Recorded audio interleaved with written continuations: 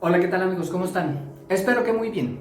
Para mí la respuesta es sencilla. Sí, sí pueden coexistir en la misma persona y profesar sus creencias y establecerse como un excelente científico siendo también religioso. Y vamos a ver, vamos a analizar y por supuesto voy a presentar mis argumentos para que pues también tú puedas tener una respuesta o también puedas dar una contestación a lo que yo digo. Por supuesto, me encantaría que lo hicieras con todo respeto y pudiéramos dialogar.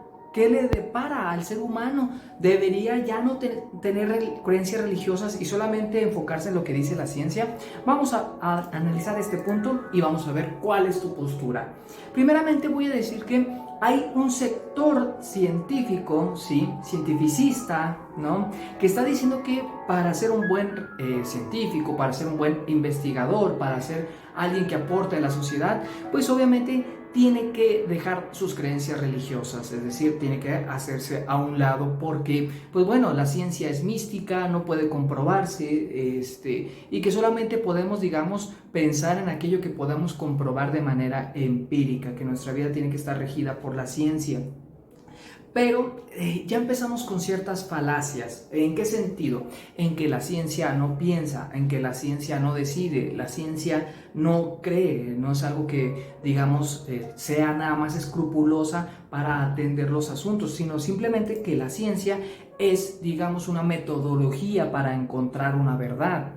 La religión también no piensa, no tiene una postura, sino es un método para, digamos, tener un acercamiento a Dios, para, digamos, tener una revelación o alcanzar la salvación, de acuerdo, por ejemplo, a la religión cristiana. Entonces, la ciencia no piensa, no cree, ¿sale? Es una metodología para buscar y alcanzar una verdad, y a veces de manera muy específica, tomando en cuenta que también se va complementando.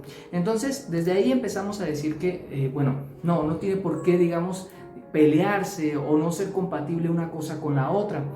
Es cierto que la ciencia ha aportado a la humanidad muchísimo. Los avances que ha tenido durante, sobre todo en la época moderna, han sido abrumadores y nos han dado respuestas sobre cómo inició o cómo pudo haber iniciado y digamos que una parte de este inicio, ¿verdad? Porque no explica muchas cosas, ¿verdad? Pero estoy seguro que la ciencia va a seguir avanzando y nos puede dar grandes respuestas, ¿verdad? Sin embargo, y como lo dice el filósofo teísta William Craig, la ciencia no puede explicarlo todo. Un ejemplo de ello es, por ejemplo, que la ciencia no puede decidir qué es lo bello, qué es lo estético, ¿sí? No puede decir qué es bueno y qué es malo, es decir, tampoco puede explicar lo ético, no puede explicar los valores morales.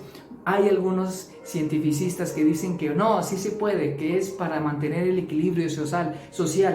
Recordemos lo que pasó en el siglo pasado. Muchas personas en la Segunda Guerra Mundial llegaron a pensar que habría que, digamos, exterminar a una raza para que, digamos, la sociedad avanzara. ¿Quién te dice que, por ejemplo, para mantener el equilibrio social habría que mandar digamos, al hambre y perecer por esta situación en Ucrania a mediados del siglo pasado? Esto pasó en la URSS, en la Unión de Repúblicas Socialistas Soviéticas. Entonces, no, la ciencia no puede explicar lo ético, sino más bien otras disciplinas científicas como la religión o la filosofía.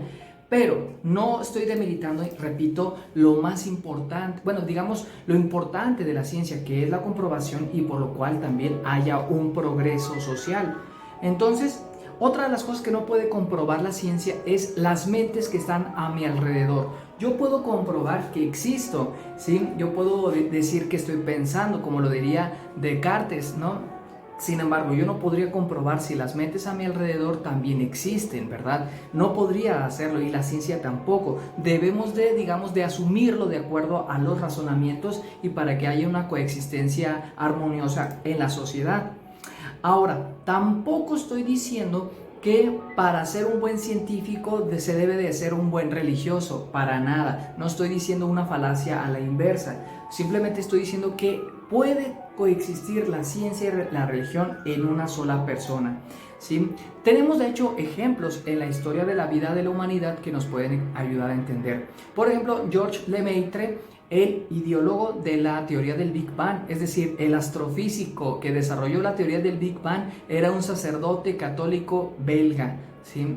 Era fervientemente católico y de hecho cuando se desarrolló su teoría del Big Bang lo tacharon de creacionista, porque ¿cómo puede ser que de una masa primigenia se expandiera todo? Entonces al principio no fue aceptada su teoría, fue más adelante que por medio de comprobaciones, sí, matemáticas, también visuales, es decir, por medio del telescopio, obviamente se fue descubriendo que sí, había una expansión digamos, en el universo, ¿sí? Pero esto lo hizo un sacerdote belga. Tenemos también casos como el de Francis Collins, él uno de los presidentes fundadores digamos, de los estudios del genoma humano, es decir, que está dentro de nuestras células, el ADN, y uno de estos descubridores fue Francis Collins.